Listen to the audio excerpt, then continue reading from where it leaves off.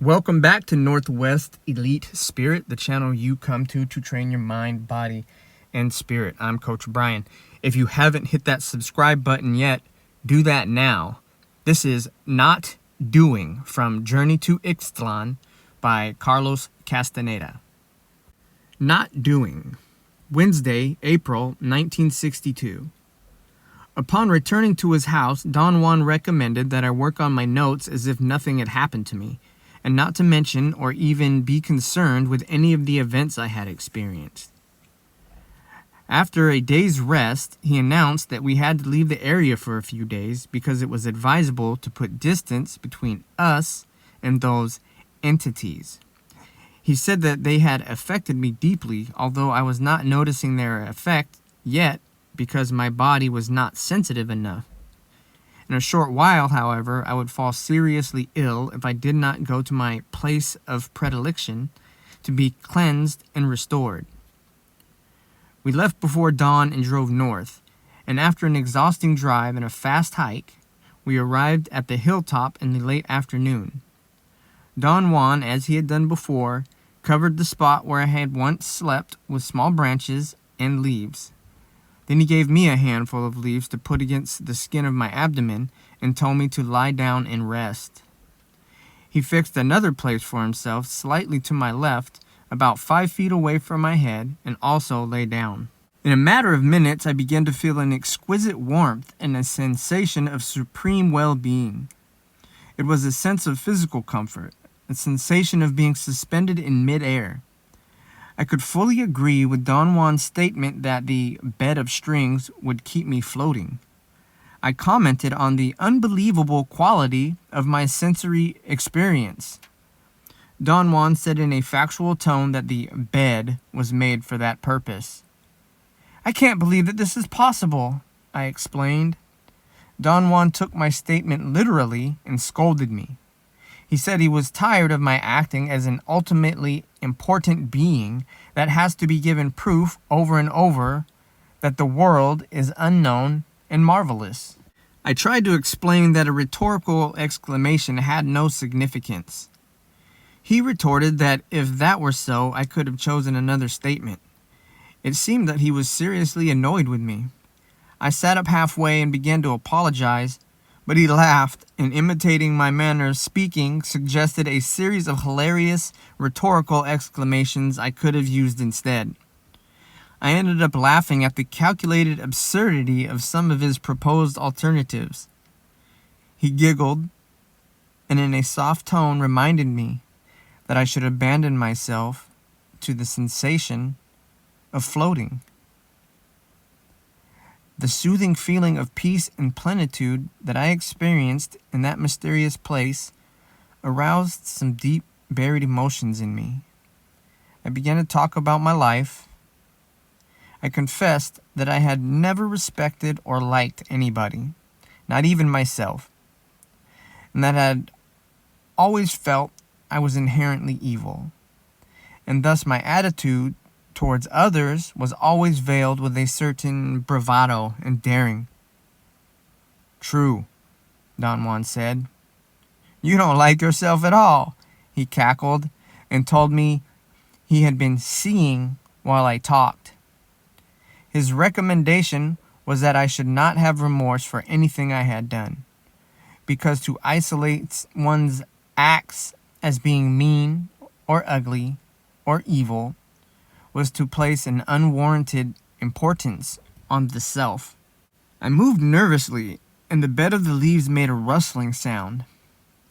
Don Juan said that if I wanted to rest, I should not make my leaves feel agitated, and that I should imitate him and lie without making a single movement. He added that in his seeing, he had come across one of my moods. He struggled for a moment, seemingly to find a proper word, and said that the mood in question was a frame of mind I continually lapsed into. He described it as a sort of trap door that opened at unexpected times and swallowed me. I asked him to be more specific. He replied that it was impossible to be specific about seeing. Before I could say anything else, he told me I should relax. but not fall asleep, and be in a state of awareness for as long as I could. He said that the bed of strings was made exclusively to allow a warrior to arrive at a certain state of peace and well-being.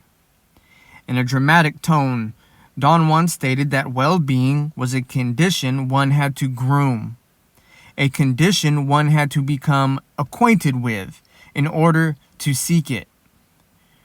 You don't know what well-being is because you have never experienced it, he said. I disagreed with him, but he continued, arguing that well-being was an achievement one had to deliberately seek. He said that the only thing I knew how to seek was a sense of disorientation, ill-being, and confusion. He laughed mockingly and assured me that in order to accomplish the feat of making myself miserable, I had to work in a most intense fashion, and that it was absurd I had never realized I could work just the same in making myself complete and strong. The trick is in what one emphasizes, he said. We either make ourselves miserable or we make ourselves strong. The amount of work is the same. I closed my eyes and relaxed again and began to feel I was floating. For a short while, it was as if I were actually moving through space like a leaf. Although it was utterly pleasurable, the feeling somehow reminded me of times when I had become sick and dizzy and would experience a sensation of spinning. I thought perhaps I had eaten something bad. I heard Don Juan talking to me, but I did not really make an effort to listen. I was trying to make a mental inventory of all the things I had eaten that day, but I could not become interested. It did not seem to matter. Watch the way the sunlight changes, he said. His voice was clear. I thought it was like water, fluid and warm. The sky was totally free of clouds towards the west, and the sunlight was spectacular. Perhaps the fact that Don Juan was cueing me made the yellowish glow of the afternoon sun truly magnificent. Let that glow kindle you, Don Juan said. Before the sun goes down today, you must be perfectly calm and restored, because tomorrow, or the day after, you are going to learn not doing. Learn not doing what? I asked. Never mind now, he said. Wait until we are in those lava mountains. He pointed to some distant, jagged, dark, menacing-looking peaks toward the north. Thursday, April 12, 1962. We reached the high desert around the lava mountains in the late afternoon. In the distance, the dark brown lava mountains looked almost sinister. The sun was very low on the horizon and shone on the western face of the solidified lava, tinting its dark brownness with a dazzling array of yellow reflections. I could not keep my eyes away. Those peaks were truly mesmerizing. By the end of the day, the bottom slopes of the mountains were in sight. There was very little vegetation on the high desert. All I could see were cacti and a kind of tall grass that grew in tufts. Don Juan stopped to rest. He sat down, carefully propped his food gourds against a rock, and said that we were going to camp on that spot for the night. He had picked a relatively high place. From where I stood, I could see quite a distance away all around us. It was a cloudy day, and the twilight quickly enveloped the area. I became involved in watching the speed with which the crimson clouds on the west faded into a uniform, thick, dark gray. Don Juan got up and went to the bushes. By the time he came back, the silhouette of the lava mountains was a dark mass. He sat down next to me and called my attention to what seemed to be a natural formation on the mountains towards the northeast. It was a spot which had a color much lighter than its surroundings. While the whole range of lava mountains looked uniformly dark brown in the twilight, The spot he was pointing at was actually yellowish and dark beige. I could not figure out what it could be. I stared at it for a long time. It seemed to be moving. I fancied it to be pulsating. When I squinted my eyes, it actually rippled as if the wind were moving it. "Look at it fixedly," Don Juan commanded me. At one moment, after I had maintained my stare for quite a while, I felt that the whole range of mountains was moving towards me. That feeling was accompanied by an unusual agitation in the pit of my stomach. The discomfort became so acute that I stood up. "Sit down!" Don Juan yelled, but I was already on my feet. From my new point of view, the yellowish formation was lower on the side of the mountains. I sat down again, without taking my eyes away, and the formation shifted to a higher place. I stared at it for an instant, and suddenly I arranged everything into the correct perspective. I realized that what I had been looking at was not in the mountains at all, but was really a piece of yellowish-green cloth hanging from a tall cactus in front of me. I laughed out loud and explained to Don Juan that the twilight had helped to create an optical illusion. He got up and walked to the place where the piece of cloth was hanging, took it down, folded it, put it inside his pouch. "What are you doing that for?" I asked. "Because this piece of cloth has power," he said casually. "For a moment you were doing fine with it, and there was no way of knowing what may have happened if you had remained seated." Friday, April 15, 1962. At the crack of dawn, we headed for the mountains. They were surprisingly far away. By midday, we walked into one of the canyons. There was some water in shallow pools. We sat to rest in the shade of a hanging cliff. The mountains were clumps of monumental lava flow. The solidified lava had weathered over the millennia into a porous, dark brown rock. Only a few sturdy weeds grew between the rocks and in the cracks. Looking up at the almost perpendicular walls of the canyon, I had a weird sensation in the pit of my stomach. The walls were hundreds of feet high and gave me the feeling that they were closing in on me. The sun almost overhead, slightly towards the southwest. "Stand up here," Don Juan said, and maneuvered my body until I was looking towards the sun. He told me to look fixedly at the mountain walls above me. The sight was stupendous. The magnificent height of the lava flow staggered my imagination. I began to wonder what a volcanic upheaval it must have been. I looked up and down the sides of the canyon various times. I became immersed in the richness of color in the rock wall. There were specks of every conceivable hue. There were patches of light gray moss or lichen in every rock. I looked right above my head and noticed that the sunlight was producing the most exquisite reflections when it hit the brilliant specks of the solidified lava. I stared at an area in the mountains where the sunlight was being reflected. As the sun moved, the intensity diminished, then it faded completely. I looked across the canyon and saw another area of the same exquisite light refractions. I told Don Juan what was happening, and then I spotted another area of light, and then another in a different place, and another, until the whole canyon was blotched with big patches of light. I felt dizzy. Even if I closed my eyes, I could still see the brilliant lights. I held my head in my hands and tried to crawl under the hanging cliff, but Don Juan grabbed my arm firmly and imperatively told me to look at the walls of the mountains and try to figure out spots of heavy darkness in the midst of the fields of light. I did not want to look because the glare bothered my eyes. I said that what was happening to me was similar to staring into a sunny street through a window and then seeing the window frame as a dark silhouette everywhere else. Don Juan shook his head from side to side and began to chuckle. He let go of my arm, and we sat down again under the hanging cliff. I was jotting down my impressions of the surroundings when Don Juan, after a long silence, suddenly spoke in a dramatic tone. "I have brought you here to teach you one thing," he said and paused. "You are going to learn not doing. We might as well talk about it because there is no other way for you to proceed.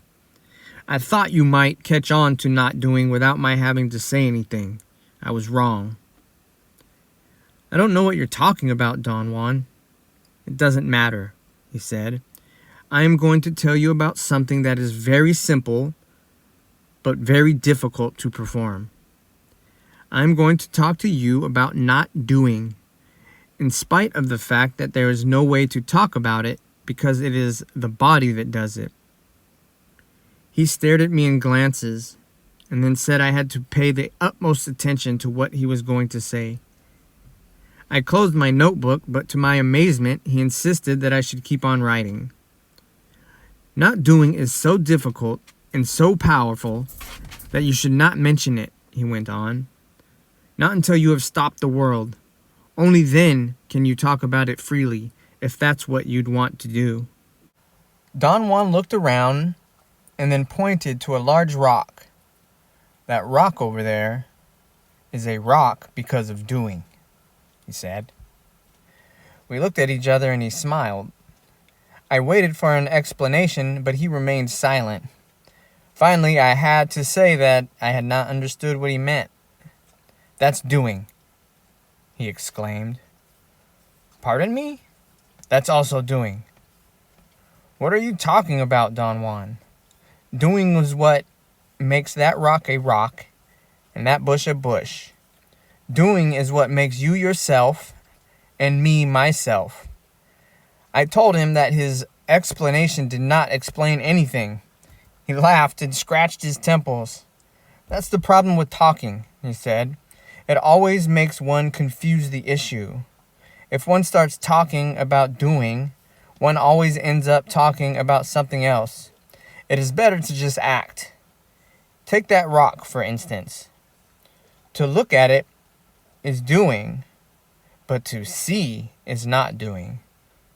I had to confess that his words were not making sense to me. "Oh, yes, they do," he exclaimed. "But you are convinced that they don't because that is your doing. That is the way you act towards me and the world." He again pointed to the rock. "That rock is a rock because of all the things you know how to do to it," he said. "I call that doing. A man of knowledge, for instance, knows that the rock is a rock only because of doing.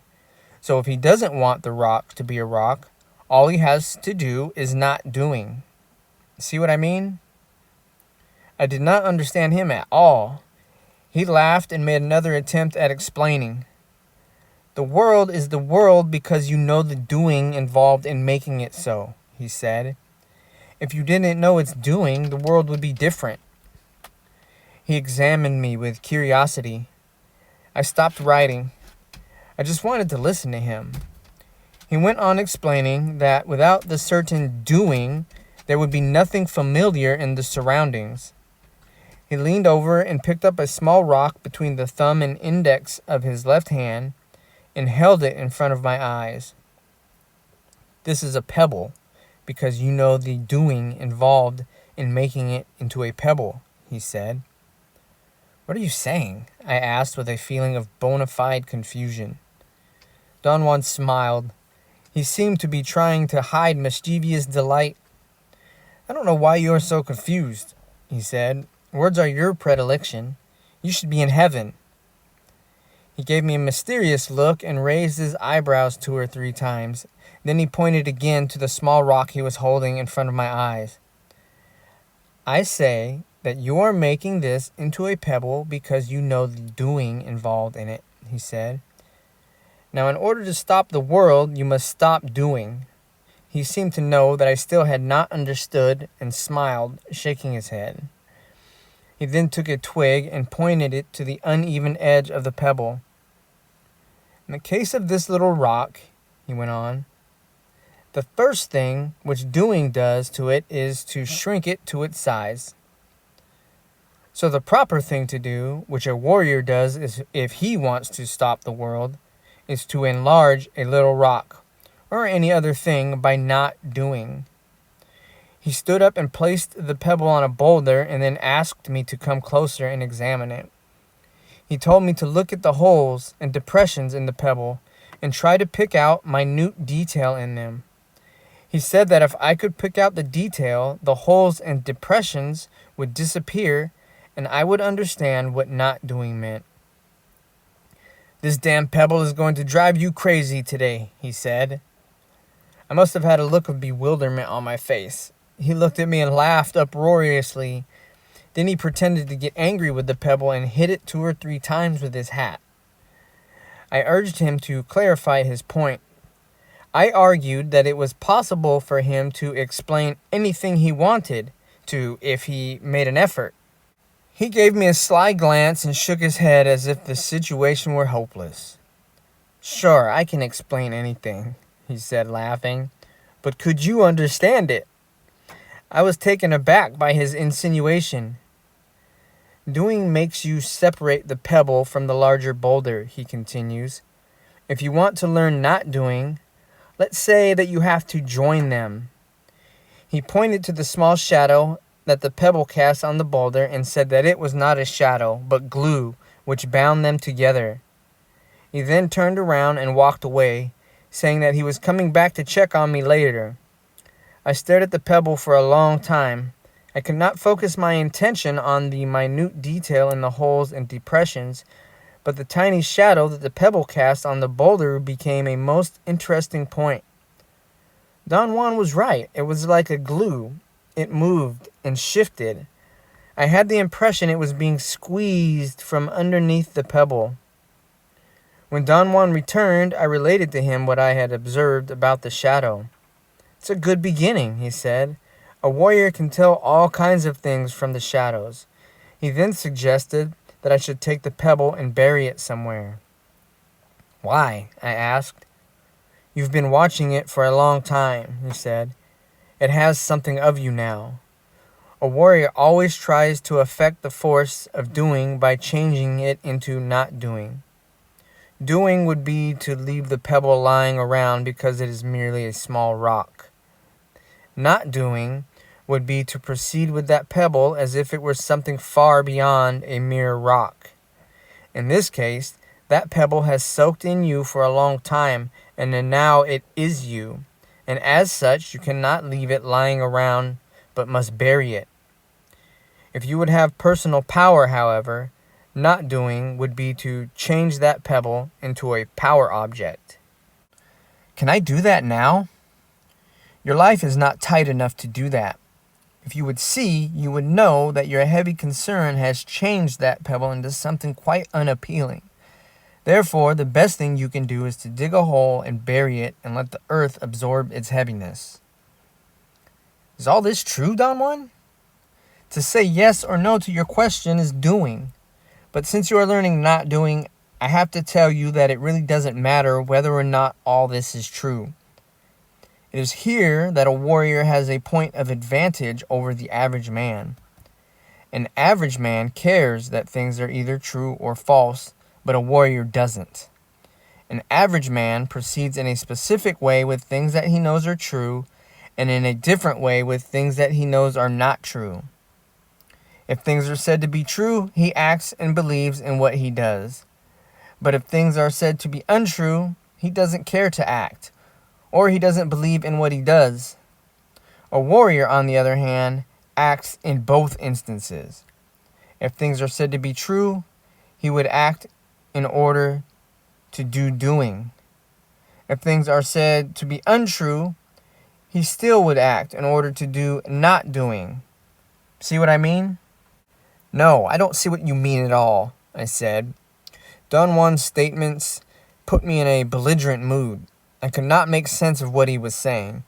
I told him it was gibberish, and he mocked me and said I did not even have an impeccable spirit in what I like to do the most, talking. He actually made fun of my verbal command and found it faulty and inadequate. If you are going to be all mouth, be a mouth warrior, he said and roared with laughter. I felt dejected. My ears were buzzing. I experienced an uncomfortable heat in my head. I was actually embarrassed and presumably red in the face. I stood up and went into the chaparral and buried the pebble. I was teasing you a bit, Don Juan said when I returned and sat down again. And yet I know that if you don't talk, you don't understand. Talking is doing for you, but talking is not appropriate, and if you want to know what I mean by not doing, you have to do a simple exercise. Since we are concerned with not doing, it doesn't matter whether you do the exercise now or 10 years from now. He made me lie down and took my right arm and bent it at my elbow. He then turned my hand until the palm was facing the front. He curved my fingers so my hand looked as if it were holding a doorknob, and then he began to move my arm back and forth with a circular motion that resembled the act of pushing and pulling a lever attached to a wheel. Don Juan said that a warrior executed that movement every time he wanted to push something out of his body, something like a disease or an unwelcome feeling. The idea was to push and pull an imaginary opposing force until one felt a heavy object, a solid body, stopping the free movements of the hand. In the case of the exercise, not doing consisted in repeating it until one felt the heavy body with the hand, in spite of the fact that one could never believe it was possible to feel it. I began moving my arm, and in a short while my hand became ice cold, I had begun to feel a sort of mushiness around my hand, as if I were paddling through some heavy, viscous liquid matter. Don Juan made a sudden movement and grabbed my arm to stop the motion. My whole body shivered as though stirred by some unseen force. He scrutinized me as I sat up and then walked around me before he sat back down on the place where he had been. "You've done enough," he said. "You may do this exercise some other time when you have more personal power." Did I do something wrong?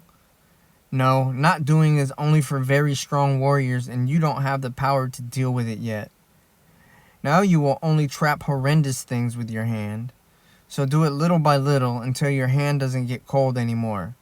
Whenever your hand remains warm, you can actually feel the lines of the world with it. He paused as if to give me time to ask about the lines, but before I had a chance to, he started explaining that there were infinite numbers of lines that joined us to things. He said that the exercise of not doing that he had just described would help anyone to feel a line that came out from the moving hand, a line that one could place or cast wherever one wanted to. Don Juan said that this was only an exercise because the lines formed by the hand were not durable enough to be of real value in a practical situation. A man of knowledge uses other parts of his body to produce durable lines, he said. What parts of the body, Don Juan?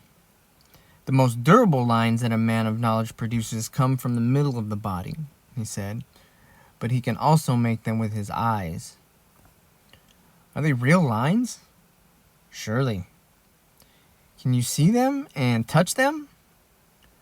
Let's say that you can feel them. The most difficult part about the warrior's way is to realize that the world is a feeling. When one is not doing, one is feeling the world, and one feels the world through its lines. He paused and examined me with curiosity. He raised his eyebrows and opened his eyes and then blinked. The effect was like the eyes of a bird blinking. Almost immediately, I felt a sensation of discomfort and queasiness.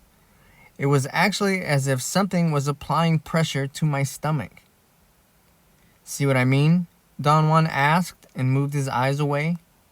I mentioned that I felt nauseated, and he replied in a matter-of-fact tone that he knew it, and that he was trying to make me feel the lines of the world with his eyes.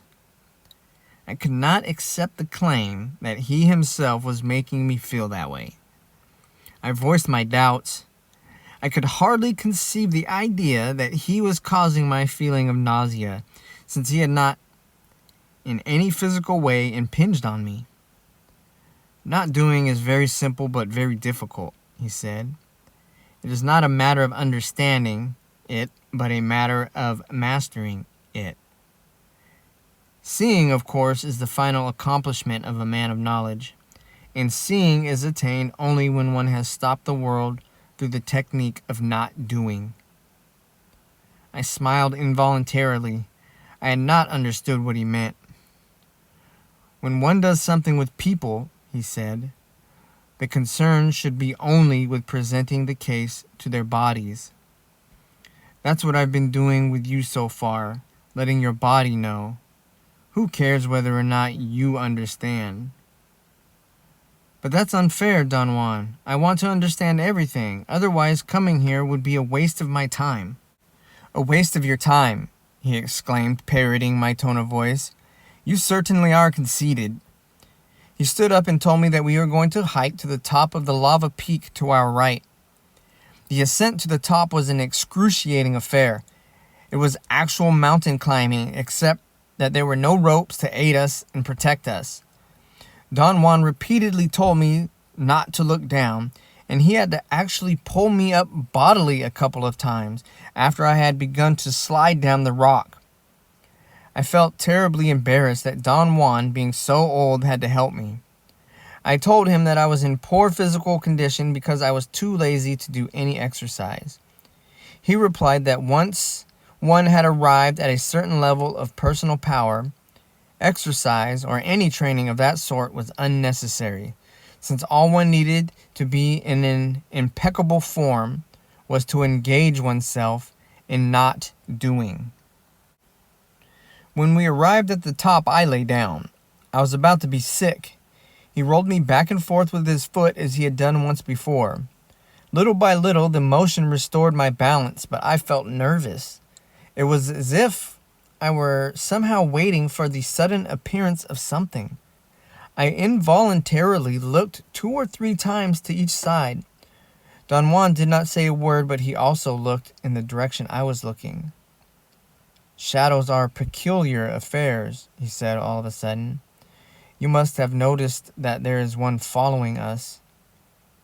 I haven't noticed anything of the sort, I protested in a loud voice. Don Juan said that my body had noticed our pursuer, in spite of my stubborn opposition, and assured me in a confident tone that there was nothing unusual about being followed by a shadow. It is just a power, he said. These mountains are filled with them. It is just like one of those entities that scared you the other night. I wanted to know if I could actually perceive it myself. He asserted that in the daytime I could only feel its presence. I wanted an explanation of why he called it a shadow, when obviously it was not like the shadow of a boulder. He replied that both had the same lines, therefore both were shadows. He pointed to a long boulder standing directly in front of us. Look at the shadow of that boulder, he said. The shadow is the boulder, and yet it isn't. To observe the boulder in order to know what the boulder is doing. But to observe its shadow is not doing. Shadows are like doors, the doors of not doing. A man of knowledge, for example, can tell the innermost feelings of men by watching their shadows. Is there movement in them? I asked. You may say that there is movement in them.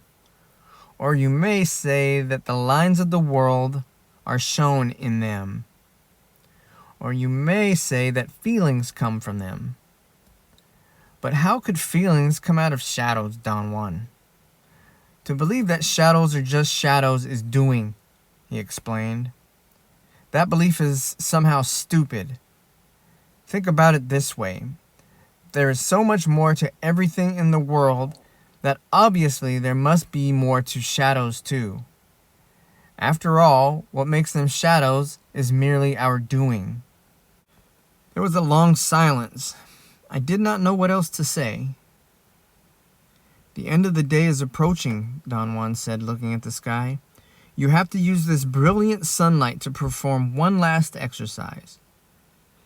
He led me to a place where there were two peaks the size of a man standing parallel to each other, about 4 or 5 feet apart. Don Juan stopped 10 yards away from them, facing the west. He marked a spot for me to stand on and told me to look at the shadows of the peaks. He said that I should watch them and cross my eyes in the same manner I ordinarily crossed them when scanning the ground for a place to rest. He clarified his directions by saying that when searching for a resting place, one had to look without focusing, but in observing shadows, one had to cross the eyes and yet keep a sharp image in focus. The idea was to let one shadow be superimposed on the other by crossing the eyes. He explained that through that process one could ascertain a certain feeling which emanated from shadows. I commented on his vagueness, but he maintained that there was really no way of describing what he meant. My attempt to carry out the exercise was futile. I struggled until I got a headache. Don Juan was not at all concerned with my failure. He climbed to a dome-like peak and yelled from the top, telling me to look for 2 small, long, and narrow pieces of rock. He showed with his hands the size rock he wanted. I found 2 pieces and handed them to him. Don Juan placed each rock about a foot apart in 2 crevices, made me stand above them facing west, and told me to do the same exercise with their shadows. This time it was an altogether different affair. Almost immediately I was capable of crossing my eyes and perceiving their individual shadows as if they had merged into one. I noticed that the act of looking without converging the images gave the single shadow I had formed an unbelievable depth and a sort of transparency. I stared at it bewildered. Every hole in the rock on the area where my eyes were focused was neatly discernible, and the composite shadow, which was superimposed on them, was like a film of indiscernible transparency. I did not want to blink, for fear of losing the image I was so precariously holding. Finally, my sore eyes forced me to blink, and I did not lose the view of the detail at all. In fact, by re-moistening my cornea, the image became even clearer. I noticed at that point that it was as if I were looking for an immeasurable height at a world I had never seen before. I also noticed that I could scan the surroundings of the shadow without losing the focus of my visual perception. Then for an instant, I lost the notion that I was looking at a rock. I felt that I was landing in a world vast beyond anything I had ever conceived. This extraordinary perception lasted for a second, and then everything was turned off. I automatically looked up and saw Don Juan standing directly above the rocks facing me. He had blocked the sunlight with his body. I described the unusual sensation I had had, and he explained that he had been forced to interrupt it because he saw that I was about to get lost in it. He added that it was a natural tendency for all of us to indulge ourselves when feelings of that nature occur, and that by indulging myself in it, I had almost turned not doing into my old familiar doing. He said that what I should have done was to maintain the view without succumbing to it, because in a way, doing was a matter of succumbing. I complained that he should have told me beforehand what to expect and what to do, but he pointed out that he had no way of knowing whether or not I would succeed in merging the shadows. I had to confess I was more mystified than ever about not doing. Don Juan's comments were that I should be satisfied with what I had done, because for once I had proceeded correctly, that by reducing the world I had enlarged it, and that although I had been far from feeling the lines of the world, I had correctly used the shadow of the rocks as a door into not doing. The statement that I had enlarged the world by reducing it intrigued me to no end. The detail of the poorest rock in the small area where my eyes were focused was so vivid and so precisely defined that the top of the round peak became a vast world for me, and yet it was really a reduced vision of the rock. When Don Juan blocked the light and I found myself looking as I normally would do, the precise detail became dull. The tiny holes in the porous rock became bigger. The brown color of the dried lava became opaque, and everything lost the shiny transparency that made the rock into a real world. Don Juan then took the two rocks, laid them gently into a deep crevice, and sat down cross-legged facing the west on the spot where the rocks had been. He patted a spot next to him to his left and told me to sit down. We did not speak for a long time. Then we ate, also in silence. It was only after the sun had set that he suddenly turned and asked me about the progress in dreaming. I told him that it had been easy in the beginning, but at the moment I had ceased altogether to find my hands in my dreams. When you first started dreaming, you were using my personal power. That's why it was easier, he said. Now you are empty, but you must keep on trying until you have enough power of your own. You see, dreaming is the not doing of dreams. And as you progress in your not doing, you will also progress in dreaming. The trick is not to stop looking for your hands, even if you don't believe that what you are doing has any meaning. In fact, as I have told you before, a warrior doesn't need to believe, because as long as he keeps on acting without believing, he is not doing. We looked at each other for a long moment. There is nothing else I can tell you about dreaming, he continued. Everything I may say would only be not doing. But if you tackle not doing directly, you yourself would know what to do in dreaming. To find your hands is essential, though, at this time, and I'm sure you will. I don't know, Don Juan. I don't trust myself. This is not a matter of trusting anybody. This whole affair is a matter of a warrior's struggle, and you will keep on struggling, if not under your own power, then perhaps under the impact of a worthy opponent, or with the help of some allies, like the one which is already following you. I made a jerky, involuntary movement with my right arm. Don Juan said that my body knew much more than I suspected, because the force that has been pursuing us was to my right. He confided in a low tone of voice that twice that day the ally had come so close to me that he had to step in and stop it. During the day, the shadows are the doors of not doing, he said. But at night, since very little doing prevails in the dark, everything is a shadow, including the allies. I've already told you about this when I taught you the gate of power. I laughed out loud, and my own laughter scared me. Everything I have taught you so far has been an aspect of not doing, he went on. A warrior applies not doing to everything in the world, and yet I can't tell you more about it than what I have said today. You must let your own body discover the power and the feeling of not doing. I had another fit of nervous cackling. It is stupid for you to scorn the mysteries of the world simply because you know the doing of scorn, he said with a serious face. I assured him that I was not scorning anything or anyone, but that I was more nervous and incompetent than he thought.